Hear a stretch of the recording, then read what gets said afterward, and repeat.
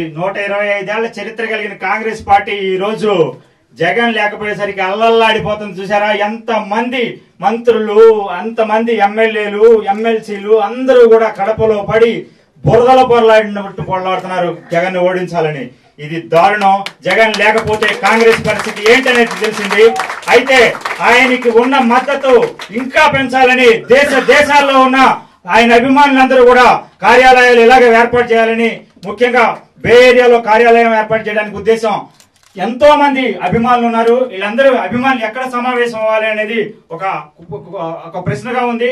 అయితే ఎప్పుడైనా సరే కాంగ్రెస్ మీద అభిమానం, వైఎస్ఆర్ కాంగ్రెస్ పార్టీ మీద అభిమానం ఉన్నవాళ్ళు, జగన్ మీద అభిమానం ఉన్నవాళ్ళు, వైఎస్ఆర్ మీద అభిమానం ఉన్నవాళ్ళు ఈ ఆఫీస్ కి ఎప్పుడైనా రావచ్చు. ఇక్కడ మనం పార్టీ సమావేశాలు జరుపుకుందాం అని చెప్పి అనే ప్రధాన ఉద్దేశంతో ఈ ఆఫీస్ ఓపెన్ చేయడం జరిగింది.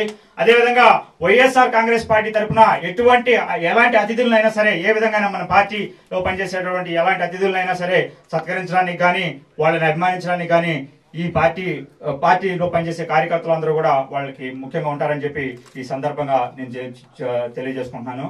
జై జగన్, వైఎస్ఆర్ కాంగ్రెస్ పార్టీ జిందాబాద్.